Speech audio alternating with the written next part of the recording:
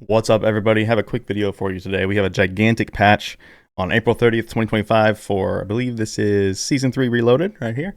I'm just going to read through all of the weapon changes, and there are a ton. If you've been playing this game, you probably noticed that the only weapons that were viable were the Black Ops 6 weapons because of a recent patch. So in this one, they changed a bunch of the Modern Warfare 2 and Modern Warfare 3 weapons, so I'm going to have a lot of stuff to get through. I know I've been AWOL on YouTube, by the way, but I have been absolutely cooking on the website, so we're going to have some really good updates for TGD in the next probably 2 weeks or so. Things that I've wanted to do for like 2 years, and I figured something out that I've been literally trying to figure out since probably around when I started TGD. So I'm really excited to bring these new features out for you guys. But let's get into the weapons. So the Goblin Mark II 7.62 mini rocket conversion kit is going to be added. This is a conversion kit for the Goblin Mark II assault rifle. It's going to make it shoot explosive rocket ammunition, so that will be interesting. Hopefully not OP, but we will see. On to the weapon adjustments. We have the AK-74 here. This has been basically the meta SMG, which is annoying because it's an AR, and the range would extend out to like 50 meters with even an SMG build. So it just didn't really play like an SMG and kind of fit into the meta really weird and made the SMGs not very viable. So they're reducing the headshot damage across all ranges, reducing the stomach damage, lower torso, increasing sprint to fire, increasing ADS, and reducing the ADS movement speed. So they're trying to make it less of an SMG, essentially. So that is a good change there. The CR56 AMAX reload speed increased by 15%, and then the mag got adjusted to 30 rounds, so not a huge change there. Kilo 141 reload speed increased by 15% to align with the other Black Ops 6 guns, so really nothing there. The Battle 27 is getting a buff in its maximum damage range, so this is the first damage range from 0 to 31.8. This is Modern Warfare 3 gun, so it was useless before this patch. We'll see how it fits in now. They also changed the ranges slightly for the last drop-offs. Visual recoil was also reduced. Holger 5.56. This is a Modern Warfare 3 gun, so again, it was useless before this patch. Got a big buff to damage, bringing it up to 40 damage in the first range, 38 in the second, 32 in the third. So in the mid-range, it got a 4 damage buff. They did also adjust some of the ranges slightly to reduce them a little bit, but that should make it much more viable. Bullet velocity increased to line up with the other Black Ops 6 guns more. Sprint to fire improved. Headshot multiplier decreased dramatically, so it's going to do more damage to the body but less to the head. The torso multiplier, lower torso, so stomach, got decreased down a little bit, so it's going to do less to the stomach. Looking at this, I'm still thinking these Modern Warfare 2, Modern Warfare 3 guns are not going to be viable compared to the Black Ops 6 guns. But we will see. I would assume they're still trying to push people to the Black Ops 6 guns, but they're just trying to bring Modern Warfare 2, Modern Warfare 3 to be like relatively viable. 40 round mag increased to 50 rounds as well for the Holger 5.56. Next up, the M4 from Modern Warfare 2. Big old buffs across the board. 5 extra damage in the first range, 3 in the second, 5 in the last, and also a range buff. Bullet velocity increased. Upper torso multiplier decreased significantly, so chest multiplier decreased. And the visual recoil reduced. Modern Warfare 2 TAC 56, huge damage buff in the first range up to 39 with an increase in damage range as well.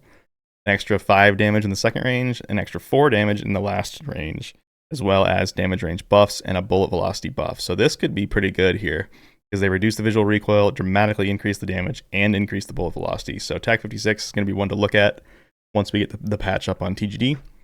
Onto the SMGs here, we got the C9, so the 10 millimeter auto 30 round mag. They reduced the vertical recoil penalty. That's the only change to the C9. The SOG drop time, I'm assuming this is, oh, let's just read. So the drop time, the time it takes for the weapon to go off screen when switching to another. Yeah, that's kind of what I thought it would be. It was longer than intended, so it now aligns with the other SMGs. The HRM9, one of the old meta SMGs from Modern Warfare 3. 6 damage buff in the first range, slight nerf to the damage range, 8 damage buff in the second range, and a slight nerf to range, and then 1 damage buff in the last. So they removed a drop off and just mixed up the damage, made it do a lot more damage, and then made the stomach do less damage as well. So you can see the lower stomach or lower torso multiplier is down at 0.85 instead of 1 now, so it doesn't match the chest anymore. WSP9 from Modern Warfare 3, always loved this gun. 3 damage buff in the first range, as well as some increase in damage range, 3 in the second range, and 3 in the third range as well. So not a huge buff there. They also did remove a damage drop off. Sprint to fire speed was slowed from 66 up to 120 milliseconds. Something about this gun, it has that open bolt delay. I believe it's like 30 milliseconds or 50 milliseconds or something. So I think that's why the sprint to fire was so low to begin with, because sprint to fire plus open bolt delay is what you end up getting when you're sprinting. So in order to make it competitive with the other SMGs, it had to have a lower sprint to fire to start. But they've now changed that. So this is going to have almost like near in between an SMG and an assault rifle sprint to fire. So that's not great there. They also decreased the headshot multiplier and the upper torso and lower torso. So I'm not sure. I don't think this will be very competitive still, even with the buffed damage.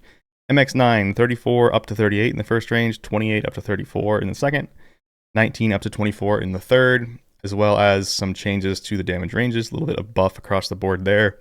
And then they removed the damage drop-off. Seems like they're doing that across the board. Bullet velocity was increased by a significant amount from 300 up to 530 milliseconds to put it more in line with the other SMGs.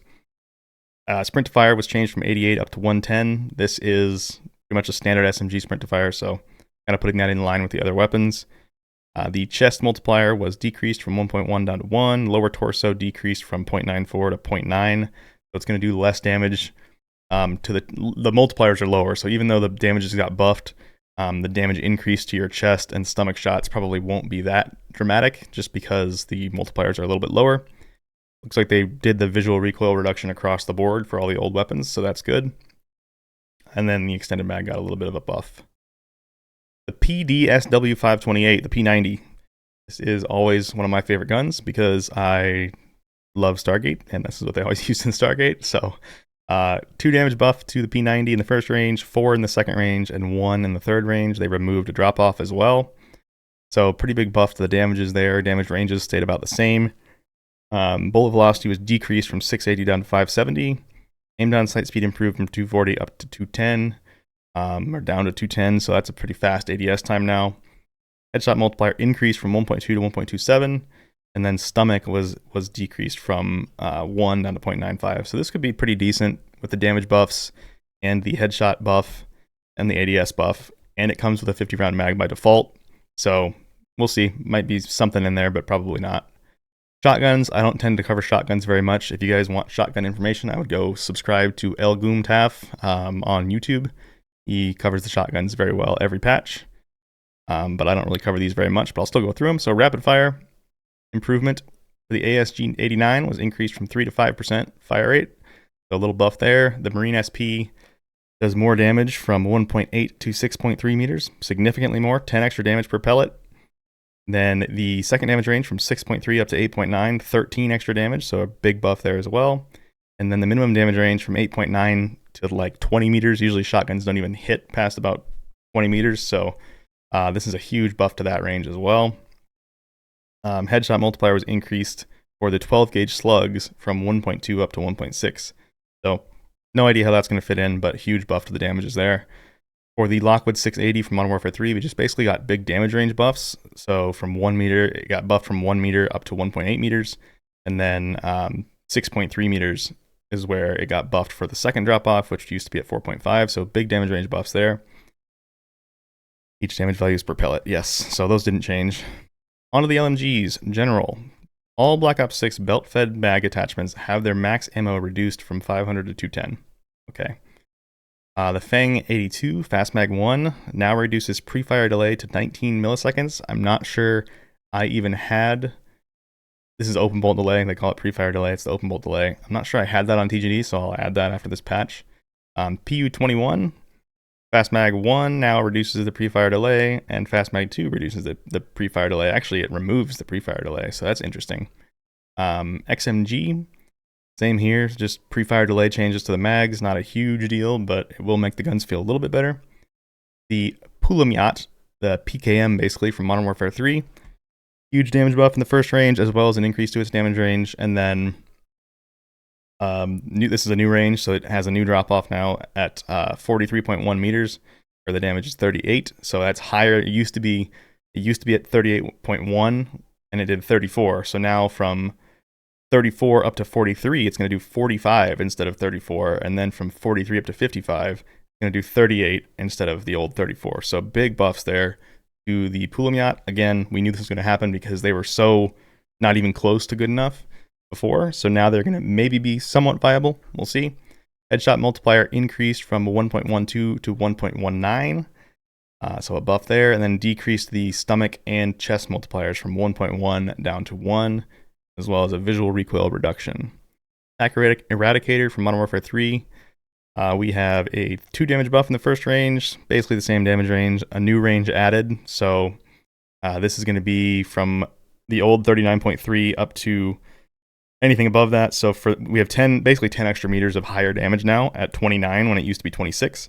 And then past 50 meters, it is going to be 27 instead of the old 26 as well. So just a buff across the board. Aim down sight speed slowed down dramatically to make it more like an LMG. So it went from 330 to 400. Headshot multiplier was decreased from 1.2 to 1.19. So this must be like a case where 0.01 multiplier changes some combination of shots to reduce the shots to kill. Or increase the shots to kill, I guess, with the patch changes. Lower torso, so stomach, was decreased from 1.1 to 1. Visual recoil reduced. The Sakin MG38. This was increased in damage by 8 in the first damage range with a 4 meter nerf, but that's only because it still does much more damage in the next range. So from 35 to 45.7, it does an extra 7 damage, and then 5 extra damage beyond that last range. Headshot multiplier was decreased dramatically. It used to be 1.4 down to 1.14. Upper torso and lower torso were both nerfed as well. So even though it's got huge damage buffs, it's got big damage multiplier nerfs, so it probably won't really end up being that big of a buff overall, but it will still be some. Visual recoil was reduced.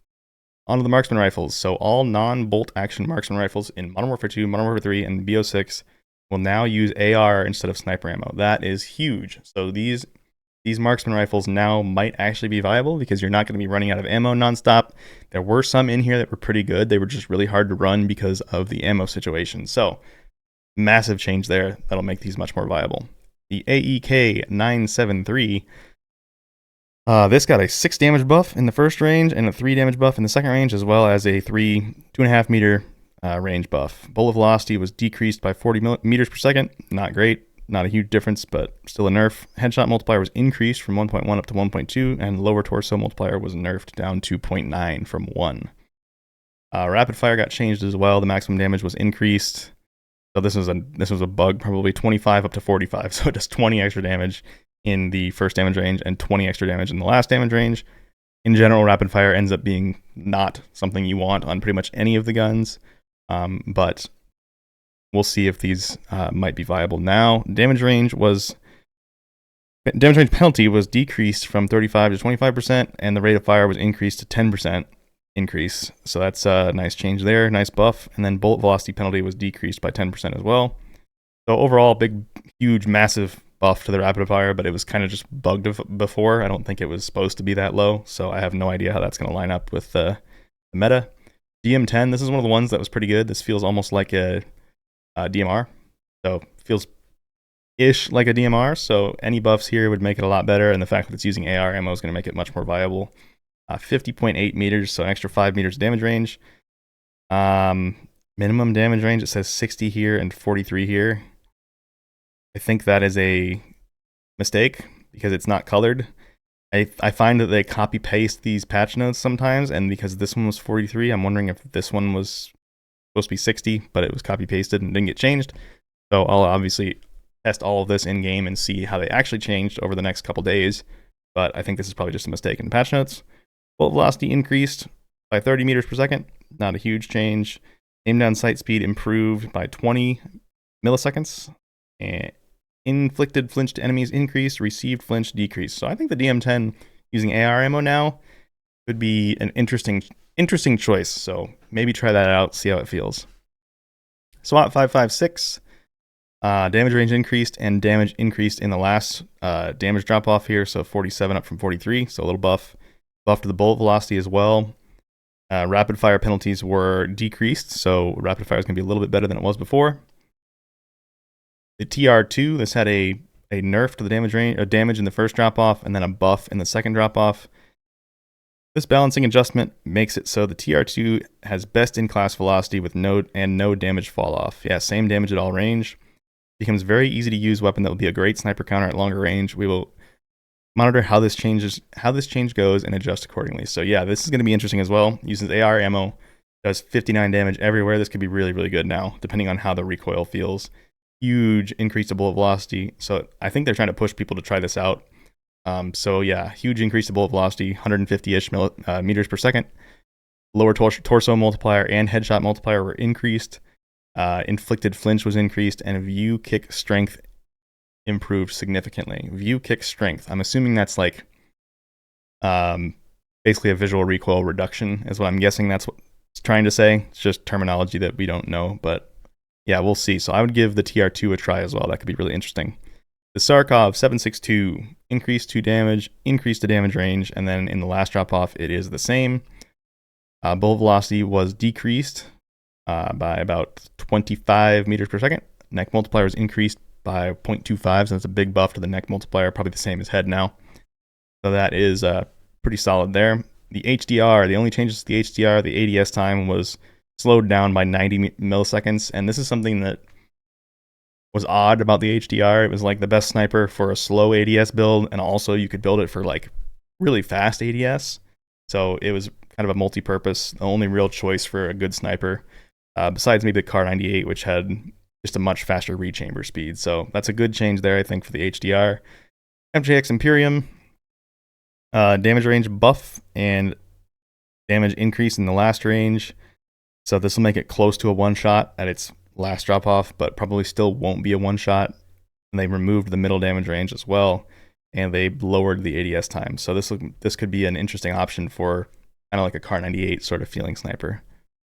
All right, guys, that is it for the patch notes for the weapons. I think the game's feeling pretty good right now, and I have been, like I said, kicking butt on making these new features for TGD, so I'm really excited to bring those out for you here pretty soon. Hopefully within the next couple weeks, at least a couple of them will be out, and it'll really, really make the website much more useful. It's stuff that I've wanted to do for years, and I'm finally doing it, so looking forward to bringing that out. But thank you so much for watching. Thanks for the support as always, and I'll see you in the next video.